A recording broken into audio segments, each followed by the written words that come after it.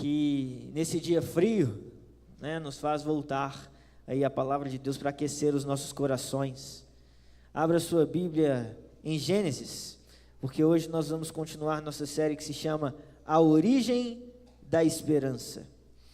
E essa série, ela é uma série que tem nos feito retornar aos primeiros capítulos do livro de Gênesis, para que nós venhamos a aprender algumas lições importantes frente aos desafios, frente às dores, às dificuldades que nós vivemos, com um olhar de esperança.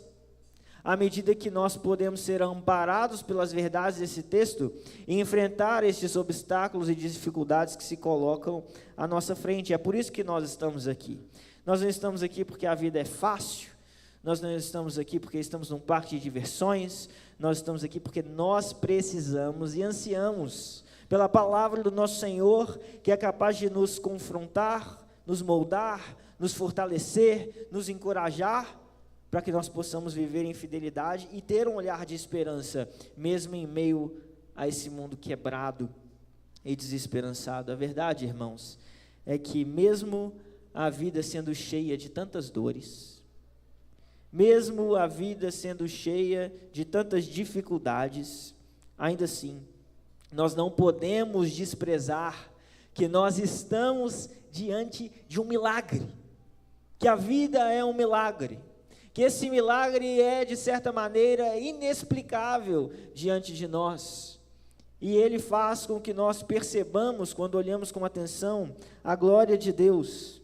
Assim, nós precisamos, diante desse milagre, diante dessas dificuldades, entender que nós precisamos de sentido.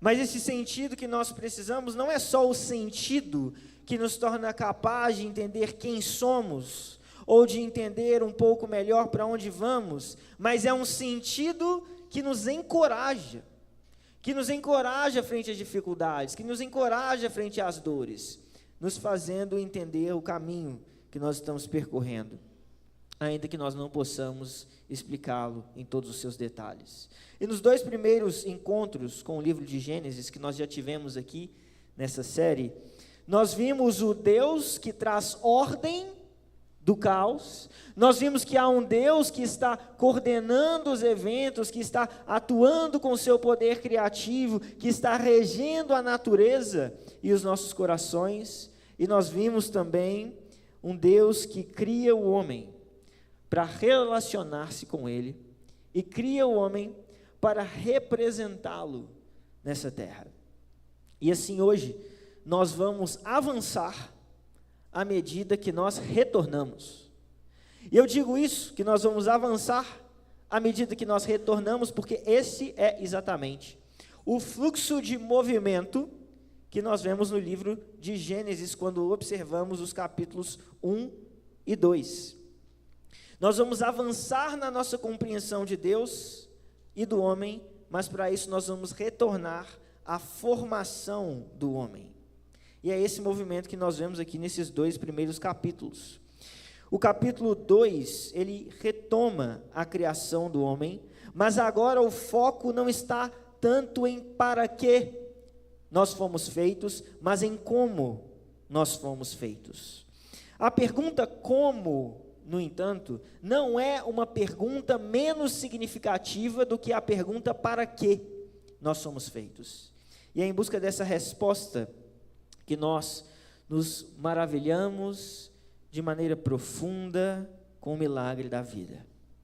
Esse como, do qual nós vamos falar aqui nesse capítulo 2, no entanto, ele não é como o como descritivo da metodologia científica, mas é o como revelado por um autor da obra, que aponta para a natureza da sua obra, e assim nos ensina mais sobre quem ele é, e nos ensina mais sobre quem nós somos, à medida que entendemos não só sobre aquele que nos fez, mas sobre como ele nos fez.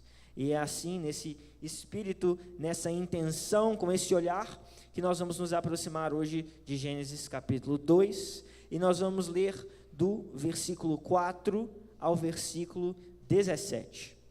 Vamos então ler a palavra de Deus, que permanece para sempre, quando ela diz, no capítulo 2, versículo 4 de Gênesis: esta é a gênese dos céus e da terra, quando foram criados, quando o Senhor Deus os criou. Não havia ainda nenhuma planta do campo na terra, pois ainda nenhuma erva do campo havia brotado, porque o Senhor Deus não tinha feito chover sobre a terra, e também não havia ninguém para cultivar o solo. Mas uma neblina subia da terra e regava toda a superfície do solo. Então o Senhor Deus formou o homem do pó da terra e lhe soprou nas narinas o fôlego de vida.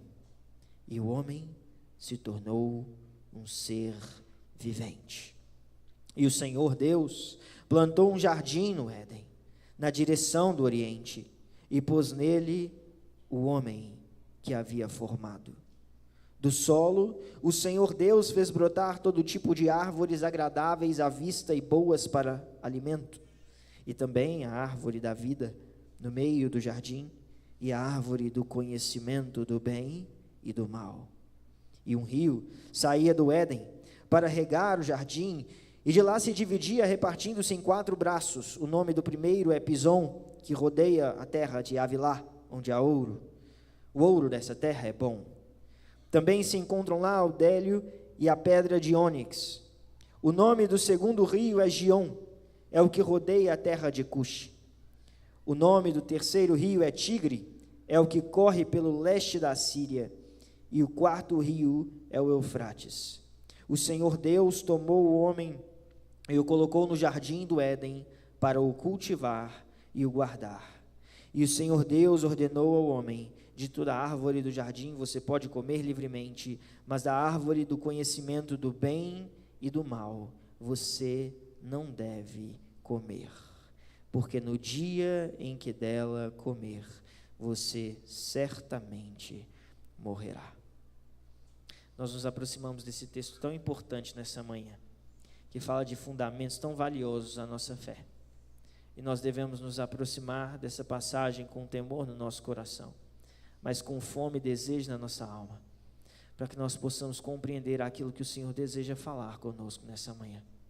Por isso eu quero convidar você a fechar os seus olhos e ore ao Senhor. Peça a Ele que Ele fale contigo, que essas palavras não se percam nas distrações desse ambiente, da sua mente, do seu coração, mas que nós possamos nos achegar à sua verdade e sermos edificados por ela.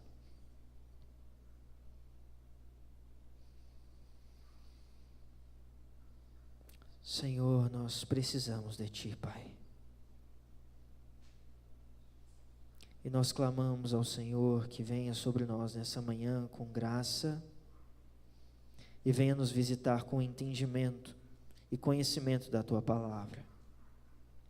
Mas que esse conhecimento não pare em nossas mentes, que ele desafie o nosso coração e transforme as nossas vidas. Que nós possamos responder ao Senhor com adoração. Que nós possamos, Deus, responder diante do Teu poder, da Tua ordem, da Tua beleza, com temor e louvor. E nós clamamos a Ti, Deus, que nessa manhã o Teu Espírito venha conduzir os nossos corações à verdade, de maneira que as minhas palavras possam ser afinadas com a vontade do Teu coração e eu não seja para os meus irmãos um obstáculo aqui, mas possa ser um canal pelo qual a Tua palavra é honrada com fidelidade. O nosso desejo, Pai, o nosso anseio é que o Senhor se revele a nós nessa manhã e os nossos olhos possam contemplar a Tua beleza. Em nome de Jesus Cristo nós oramos. Amém. Irmãos, como eu disse a vocês antes, quando olhamos para o capítulo 2 do livro de Gênesis, nós vemos aqui um fluxo de movimento de retorno. Quando nós acabamos o capítulo 1, que nós acabamos no nosso último encontro, nós vimos que a criação estava completa. A criação havia sido terminada, inclusive o Senhor Deus havia descansado. Mas o capítulo 2 nos faz retornar à criação do homem, como se ele abrisse ali um hiperlink no capítulo 1, como se ele desse um zoom em um detalhe específico que já havíamos passado por ele no capítulo 1. Então nós voltamos ali ao momento do sexto dia, onde Deus vai criar o homem, e nós começamos a ver no capítulo 2 mais detalhes, mais formas, mais sentidos, à medida que nós nos aproximamos dessas palavras que descrevem o que ali aconteceu. Os primeiros versículos dessa passagem, eles são muito interessantes, porque se você for um bom leitor e prestar atenção no que nós acabamos de ler, você vai perceber que este texto ele é bastante gráfico, descritivo, envolvente. Ele nos convida a entrarmos dentro dele, nos convidam a ler e ver as imagens que cercariam esse momento, e eles criam uma tensão, e essa tensão é então também resolvida nesse mesmo texto. Existem aqui detalhes que nós não podemos ignorar, e os primeiros estão logo no versículo 4, quando nós lemos: esta é a gênese dos céus e da terra, quando foram criados, quando o Senhor Deus os criou. Essa estrutura que eu acabei de ler com você, quando diz esta é a gênese dos céus e da terra, ela é uma estrutura peculiar e importante no livro de Gênesis. Ela é a primeira Toledô, que nós chamamos assim, que aparece no livro de Gênesis. Essa palavra Toledô pode ser traduzida por gerações, e ela marca uma estruturação do livro de Gênesis, sendo que esta frase dessa maneira se repete por 10 vezes nesse livro, nos indicando estes blocos, ou essas estruturas. É como se essa mesma estrutura que é introduzida na história de Adão se repetisse em Adão, em Noé, nos filhos de Noé, e assim por diante, durante 10 vezes. E esse trecho que nós lemos hoje, esses versículos, é a primeira ocorrência que nós temos da Toledô. É a primeira vez que nos encontramos com essa estrutura, e aqui nós vemos a geração dos céus e da terra. Mas se vemos aqui este primeiro momento, essa primeira Toledô, essa primeira introdução a essa estrutura, e essa é a geração dos céus e da terra, então a pergunta que é importante agora é: ora, mas quem criou? E quando nós observamos no capítulo 2 a resposta para essa pergunta, quem criou, nós vamos ler que quem criou é Elohim Yahweh, ou o Senhor Deus. E isso é importante. E é curioso. Por que isso é importante? Porque Deus até aqui, Deus até então, e lembre-se que nós já lemos o capítulo 1 de Gênesis, ele é referido como Elohim apenas. E Elohim nos designa uma forma mais ampla de se referir a Deus, uma forma mais genérica de se referir a Ele, mas agora, nesse momento do texto, há uma mudança. Nesse momento do texto, ele não é apenas referido como Elohim, ele é referido como Elohim Yahweh, e Yahweh é o nome pactual de Deus, é o nome pessoal de Deus, e isso aponta para um movimento de aproximação dessa cena. Por quê? Porque Yahweh é a forma como o Elohim, como o Deus de Israel, se revela ao seu povo. Esse nome carrega significado, sentido, promessas pessoais, endereçadas ao seu povo. Não é apenas um Deus que está por trás de toda a criação, mas o capítulo 2 nos mostra que é o Senhor de Israel quem está aqui neste momento. É o Senhor de Israel que está ali no jardim. É o Senhor de Israel que está prestes a formar o homem. E esse nome aponta para esse caráter relacional entre Deus e o homem, na forma como esse Deus se revela ao seu povo, carregando os pesos, ou o peso dessas promessas. Elohim e Yahweh. E nisso, nós vemos que há já aqui sendo desenhado para nós um contexto de uma maior intimidade. A partir desse ponto, há uma tensão gráfica, criada nos versículos 5 e 6. Nós somos convidados a entrar nessa cena. Veja como os versículos 5 e 6 são articulados aqui. Não havia ainda nenhuma planta do campo na terra. Vai imaginando isso. Imagine.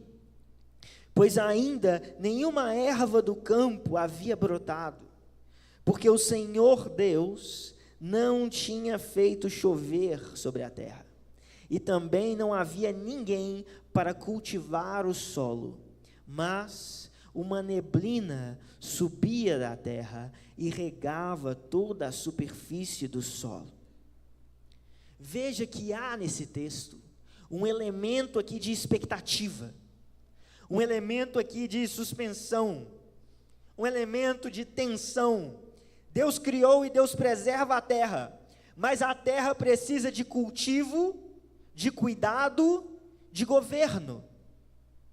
É como se, ao começar a desenhar esta cena, nós começássemos a reparar que havia ainda algo incompleto.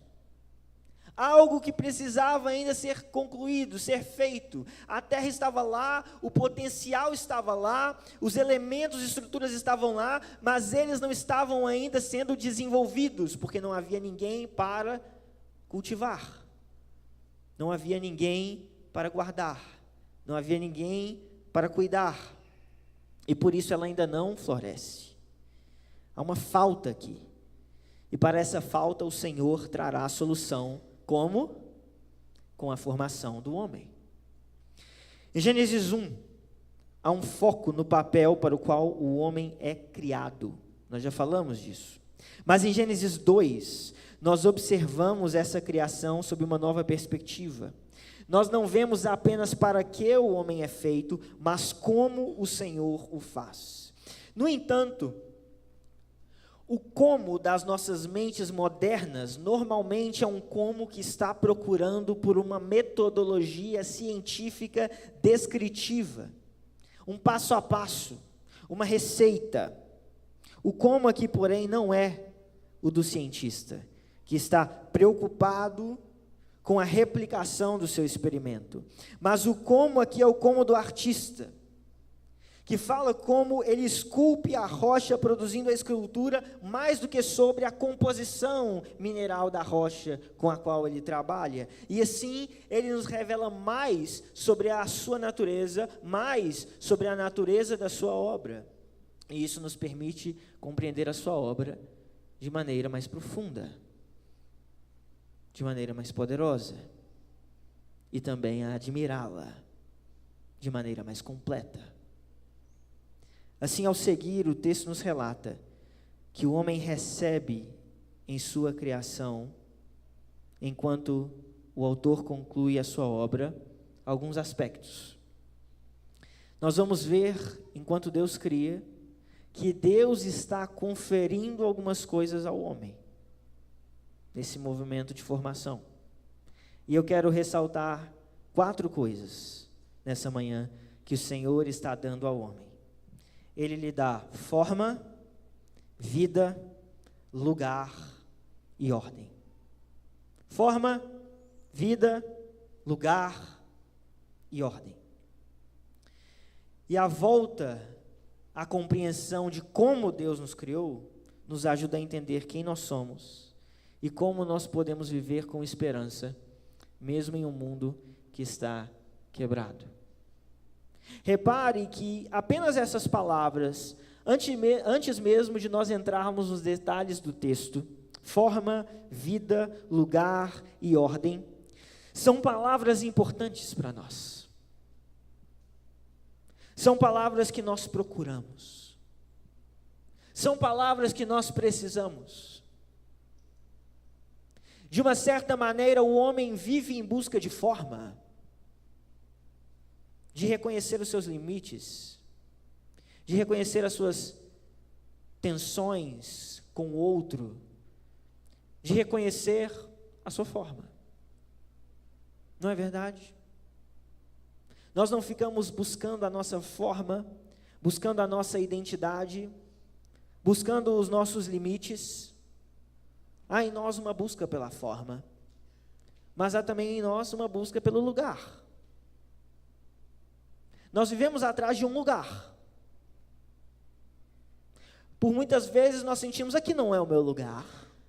Por outras vezes nós vamos a lugares que falamos, aqui eu me encontrei, aqui é o meu lugar. E nós procuramos o nosso lugar no mundo, nosso lugar nas relações, o nosso lugar onde estamos agora.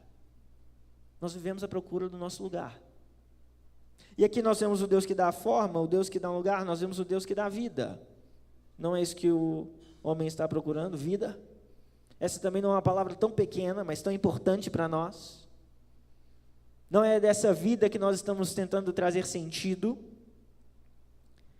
E nós também estamos procurando ordem. Ordem aqui não no sentido de organização, também procuramos isso, mas ordem no sentido de direção, de comando. Nós ficamos esperando, como se não tivéssemos recebido uma ordem que nós precisamos para viver, para agir no mundo. Então essas 4 palavras já nos mostram, quando nós olhamos para dentro do nosso próprio coração e existência, que existe algo aqui que toca em nós. Existe algo aqui que nós ansiamos, e cada um de nós aqui já teve procuras, ou está tendo, desse nível. Procurando forma, procurando ordem, procurando vida, procurando um lugar. Então vamos olhar para esse texto e vamos começar na ordem que Deus o desenvolve. Forma. Versículo 7 diz assim: então o Senhor Deus formou o homem do pó da terra. Essa frase pode parecer simples, mas ela é carregada de uma densidade teológica profunda. Existe nessas poucas palavras um enorme contraste. E esse contraste nos torna iguais a toda a criação, mas ao mesmo tempo nos torna diferentes dela. Primeiro, perceba que o texto está nos dizendo que nós somos feitos de pó. E o que isso significa? Não é um pó especial, meus irmãos. Não é um pó superpoderoso. Não é um pó mágico. Não é um pó místico. Não é um pó de ouro. É pó. Somos feitos de pó da terra. A substância da qual nós somos feitos nos lembra que nós não temos existência ou vida em nós mesmos, mas nós somos derivados, nós somos frágeis. O pó é uma figura daquilo que é baixo, daquilo que é comum. O pó é até mesmo nas Escrituras uma figura de humilhação. Veja, por exemplo, o que Ana, uma mulher estéril, que dá à luz a seu filho Samuel, vai dizer no cântico de Ana, em 1 Samuel 2, 7 a 8. Preste atenção às palavras de Ana. O Senhor empobrece e enriquece, humilha e também exalta, levanta o pobre do pó e tira o necessitado do monte de lixo, para o fazer assentar ao lado de príncipes, para o fazer herdar o trono de glória. Veja que aqui, nas palavras de Ana, o pó representa este lugar baixo, este lugar de humilhação, do qual Deus pode ir a ele e elevar o homem do pó, e trazer o homem do pó. Mas não é só aqui que vemos isso. Inclusive, muitos de vocês vão se surpreender, como o Salmo 113 retrata muito bem essa história de Ana. E eu vou lê-lo agora para você, versos 7 a 9. Veja o Salmo 113, 7 a 9.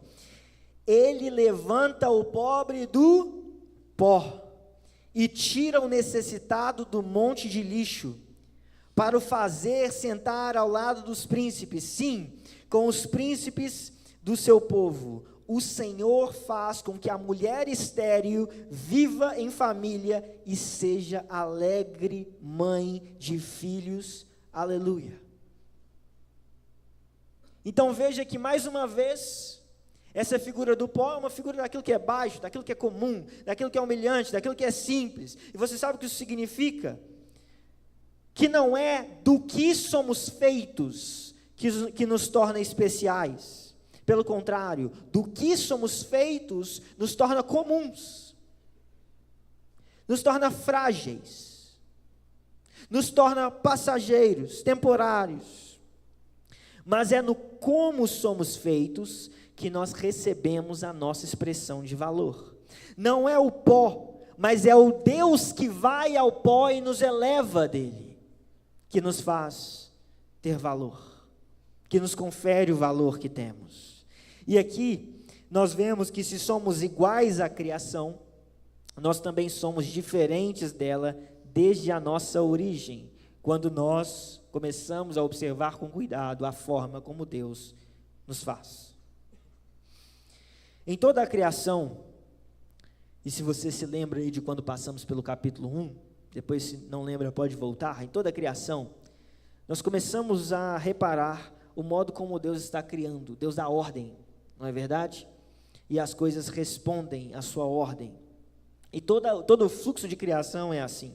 Mas há um movimento diferente aqui quando ele cria o homem. Quando ele cria o homem, Deus não está simplesmente dando uma ordem. O movimento que nós vemos aqui em Gênesis 2 não é o simples movimento de uma ordem, mas é um movimento de um Deus que vem ao pó. O movimento de um Deus que forma do pó. Um movimento diferente. Ele mexe no pó do qual nós somos feitos. Desde a nossa origem nós vemos o Deus que vem ao nosso encontro. Para quê?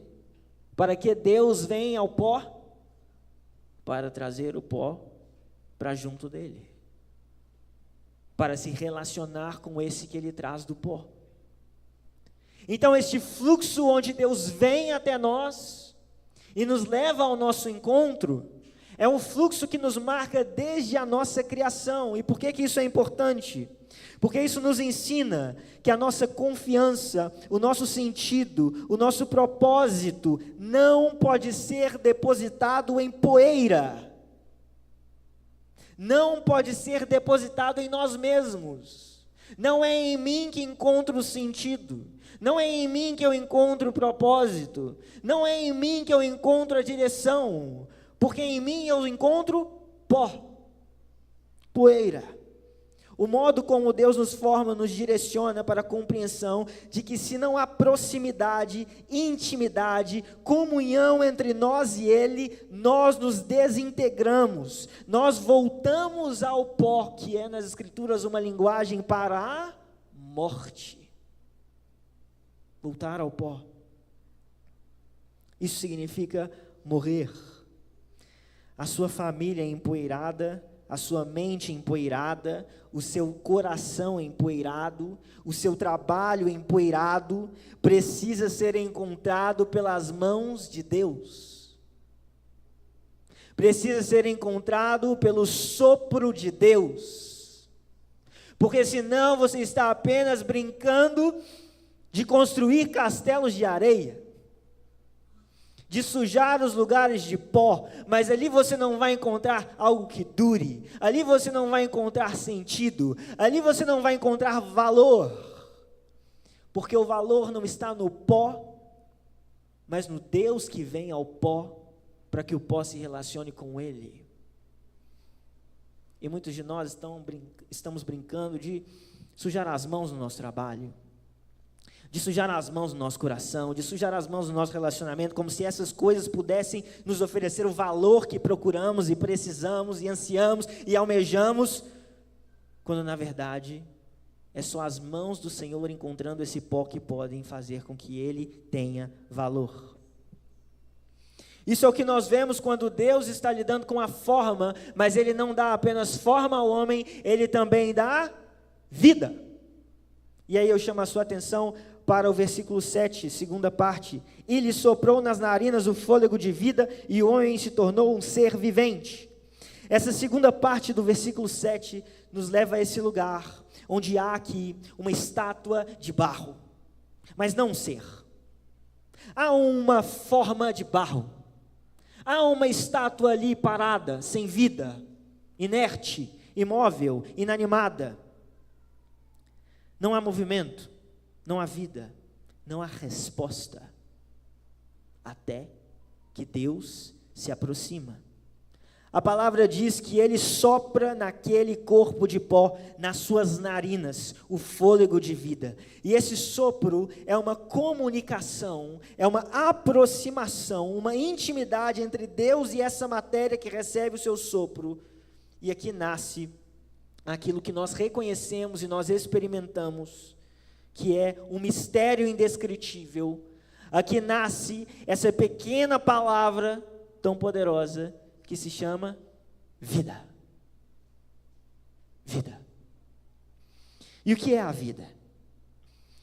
Nós podemos estudar, descrever a composição química do corpo. Podemos olhar para os seus minerais e nutrientes, para os seus compostos e hormônios, mecanismos, mas não podemos entender ou explicar como toda essa matéria junta, como todas essas moléculas juntas, como todos esses hormônios juntos, ainda que organizados, respondem, falam, andam, vivem. Não é verdade? Quando você para e pensa, olha para a sua mão e você pensa do que isso é feito, e você pode estudar, e você pode falar, é feito dessa matéria orgânica, é feito disso, funciona dessa maneira, mas você não consegue explicar como ela vive, como ela passa de todos esses elementos, de todas essas moléculas, de toda essa organização, para a vida.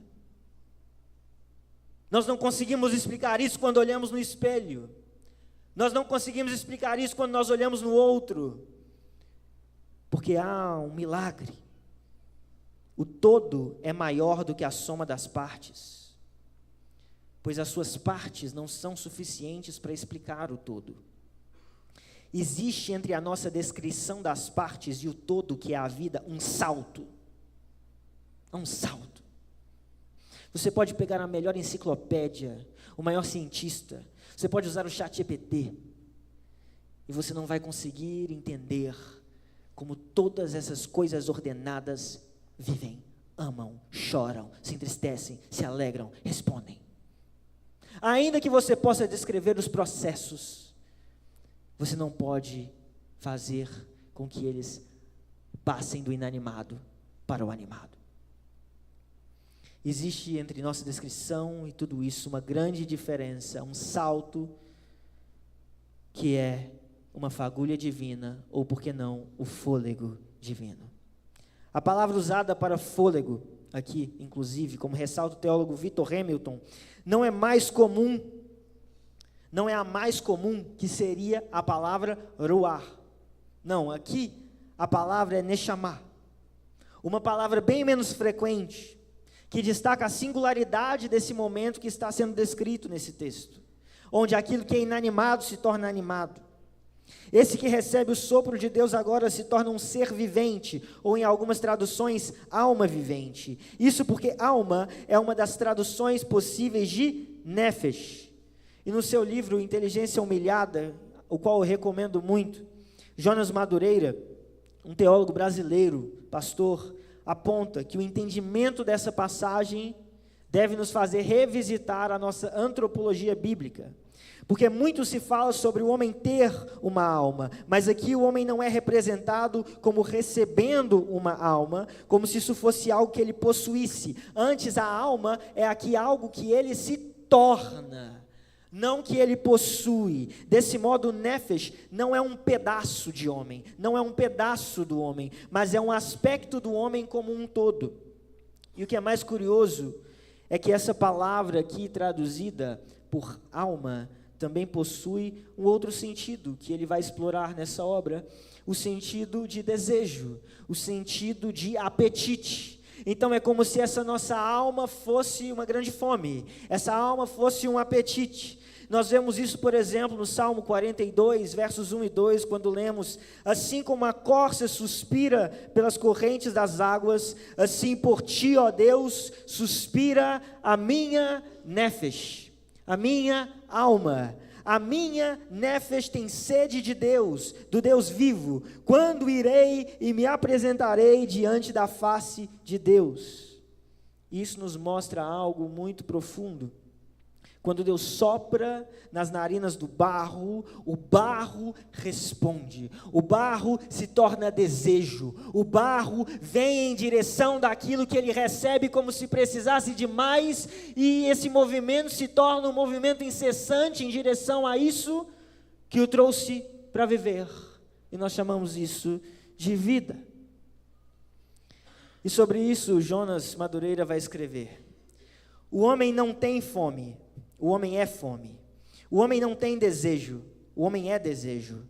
O homem não tem necessidade, o homem é necessidade. Nesses termos entendemos que alma ou nefesh, se você preferir, não é algo que o homem possui, mas algo que o caracteriza essencialmente. Portanto, o homem todo é desejo. Ele foi criado para ser integralmente desejo, fome, sede, necessidade. Do quê? De quem? Unicamente de Deus. Deus criou o homem todo como uma fome de Deus. Assim chegamos à primeira definição bíblica de homem. O homem é essencialmente um ser faminto por Deus. E nós podemos reconhecer em nós essa fome. Nós podemos reconhecer em nós esse fluxo de busca, de desejo, e nós podemos ver as pistas disso em Gênesis. Se isso não explica tudo, irmãos, isso explica tanto. Explica a nossa fome existencial, explica a nossa saudade do lar que não conhecemos, explica a nossa necessidade de Deus. O seu coração pulsa por isso, ainda que você possa confundir os seus desejos e se inclinar por caminhos tortuosos. Mas o homem não apenas recebe forma e vida. Eu disse a vocês que quando olhamos para esse texto, entendemos que o homem recebe também um lugar. Versículo 8: e o Senhor Deus plantou um jardim no Éden, na direção do Oriente, pôs nele o homem que havia formado. Do solo o Senhor Deus fez brotar todo tipo de árvores, agradáveis à vista e boas para o alimento, e também a árvore da vida no meio do jardim, a árvore do conhecimento do bem e do mal. Assim que o homem passa a viver, o texto passa a descrever o lugar em que ele está. E existem dois aspectos que nós precisamos notar aqui. O primeiro que nós devemos notar é a realidade desse lugar. O jardim é localizado geograficamente. Existem descrições, nomes, rios, minérios. Essa região está sendo descrita, nos apontando que aqui nós não estamos olhando para uma historinha, que nós não estamos olhando para uma fábula, que nós não estamos olhando para uma parábola, mas que nós estamos olhando para este lugar real, esse jardim real, essa história é real. E nós não podemos perder o aspecto real da história desse jardim. A realidade desse texto não pode ser ignorada ou esquecida. O jardim do Éden é real. Em seguida, nós precisamos entender aspectos importantes do significado dessa passagem e da criação do jardim. Quando nós passamos a observar as características e detalhes peculiares que são descritos em Gênesis 1 e 2, em especial dentro do contexto do Antigo Oriente Próximo, nós descobrimos que Deus está fazendo algo muito maior do que nós percebemos à primeira vista.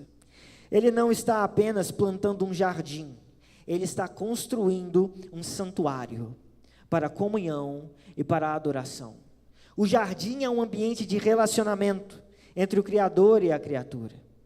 E assim como o templo vem posteriormente representar esse lugar, o estudioso do Antigo Testamento Gordon Wenham explica isso, escrevendo o seguinte: o jardim do Éden não é visto pelo autor de Gênesis simplesmente como um pedaço de terras agrícolas da Mesopotâmia, mas como um santuário arquetípico, ou seja, um lugar onde Deus habita e onde o homem deve adorá-lo.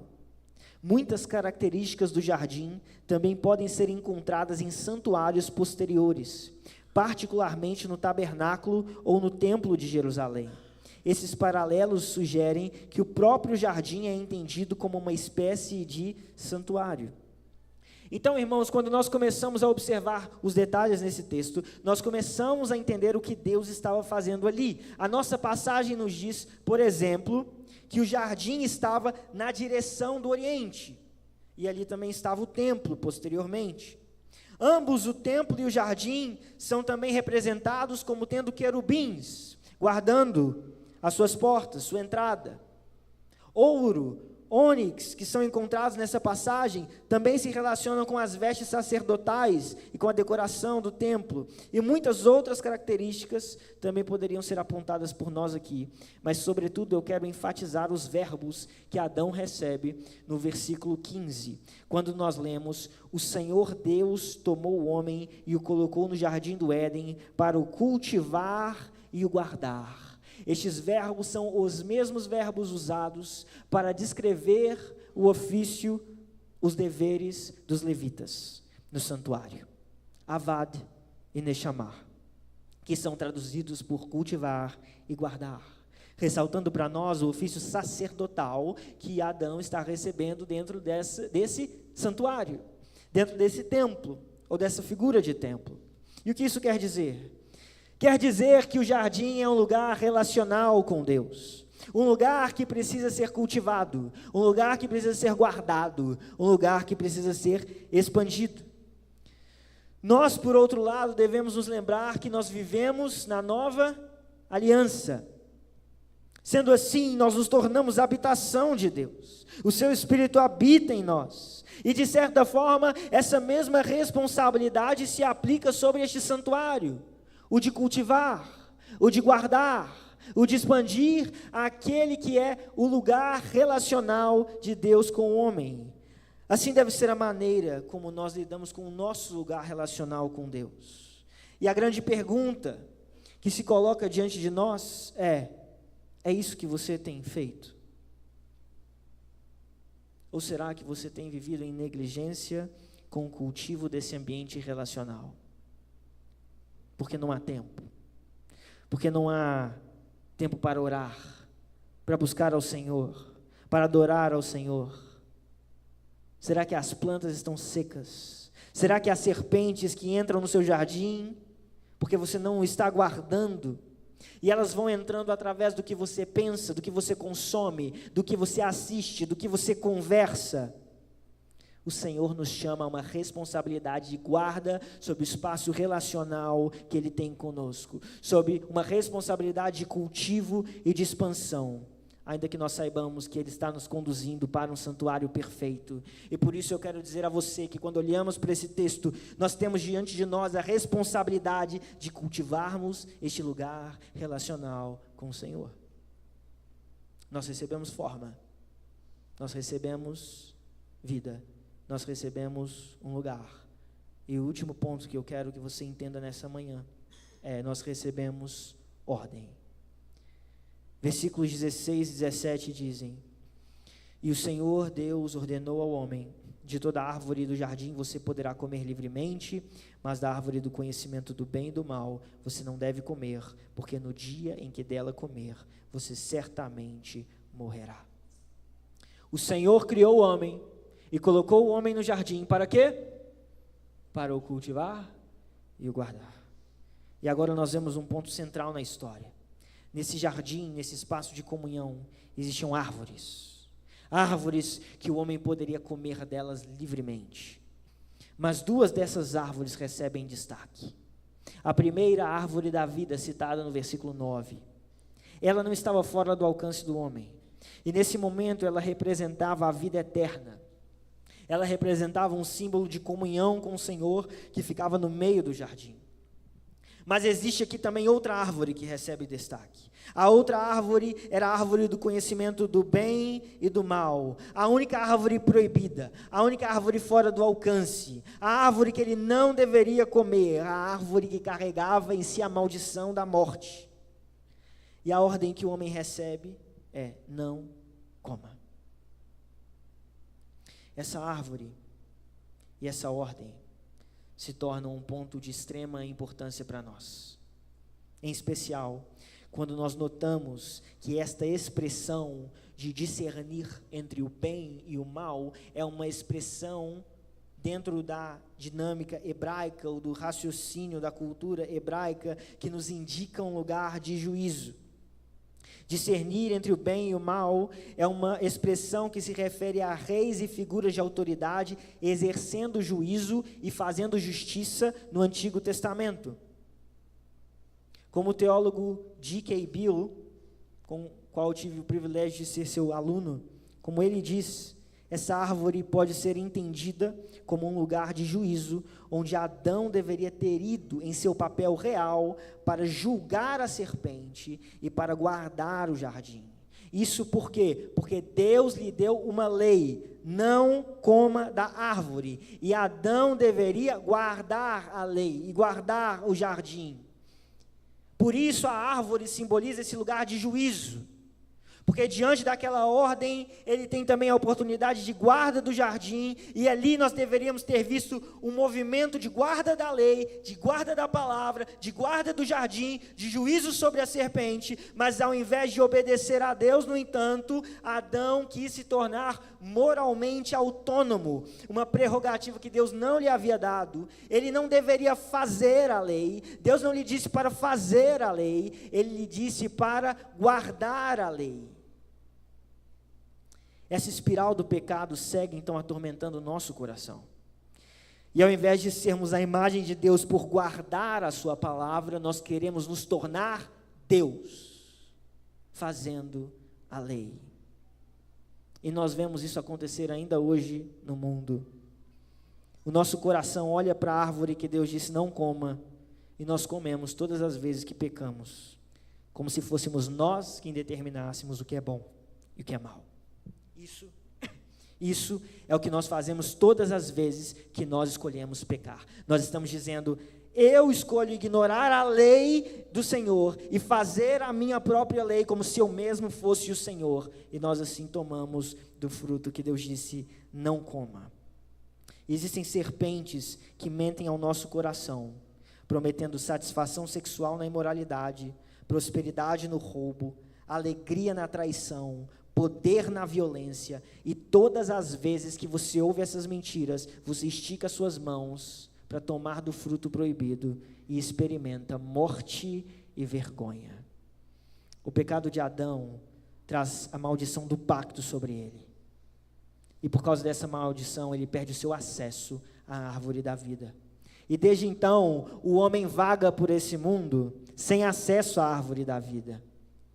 Desde então, o jardim está guardado, os querubins estão às portas, e nós estamos procurando o caminho de volta, até que um dia, esse caminho se abre. Como? Adão, mas dessa vez não o primeiro, o último Adão, Jesus Cristo. Nós vimos o Deus que dá forma ao homem.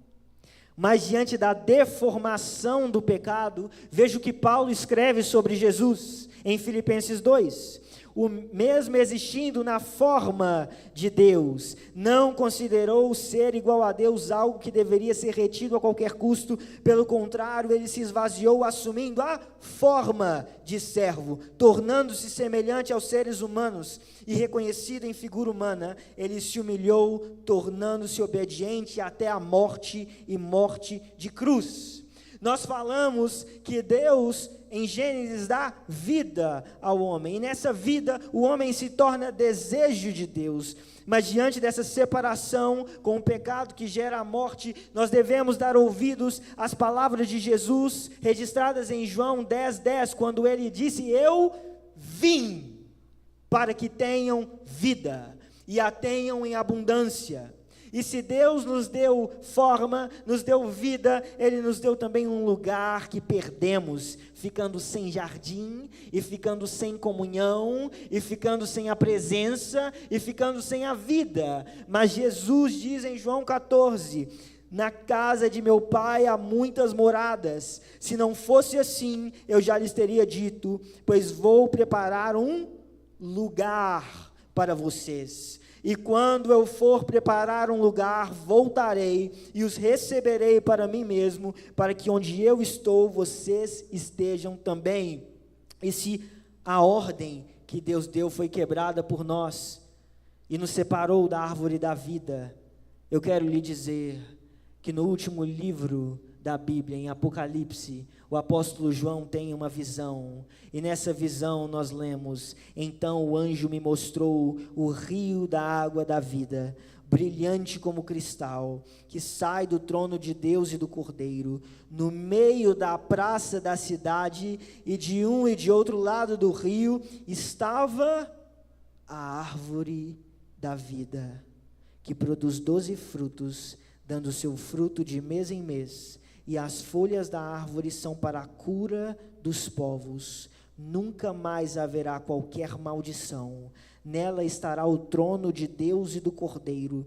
Os seus servos o adorarão, contemplarão a sua face, e na sua testa terão gravado o nome dele.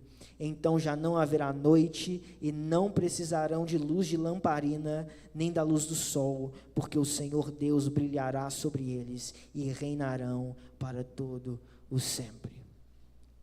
E é assim que nós encontramos a forma, que nós recebemos a vida, que nós retornamos ao lugar, e que nós guardamos a ordem, por meio do último Adão. Então, que nessa manhã, diante dessa verdade, da profundidade da palavra de Deus, nós não vivamos de maneira banal, como se essa vida não tivesse valor, e nem buscássemos valor em tanto pó e poeira que nos cerca, tudo aquilo que irá passar, mas que nós possamos olhar para o Senhor, e descobrir no Senhor o caminho de volta para a árvore da vida, para o relacionamento, para a comunhão, para o cultivo desse santuário. Vamos orar. Senhor, nós te agradecemos, Pai, pela tua palavra, que ela é rica e poderosa para nos transformar. Nós colocamos diante de ti o nosso coração, reconhecendo, Deus, o nosso pecado, reconhecendo que somos pó, reconhecendo, Deus, que nós não somos dignos da vida, mas reconhecendo a tua graça e amor, que nos olham do alto e vêm até nós, e nos trazem do pó a comunhão, nos trazem do pó a glória. E nós clamamos ao Senhor, Deus, que nós possamos desfrutar disso que nos traz valor para existirmos, que é o Senhor, que é esse desejo de Deus que faz parte das nossas entranhas, do nosso coração, porque nós não podemos nada sem o Senhor. E eu peço ao Senhor que os nossos desejos sejam realinhados com os teus, e a nossa vida, ações, emoções, pensamentos, passos, trabalho, sejam realinhados com a tua vontade nessa manhã. Em nome de Jesus Cristo, assim eu oro. Amém. Que o amor de Deus, o Pai, a graça do nosso Senhor Jesus Cristo, e as consolações e a comunhão do Espírito Santo de Deus, sejam sobre a sua vida hoje e sempre.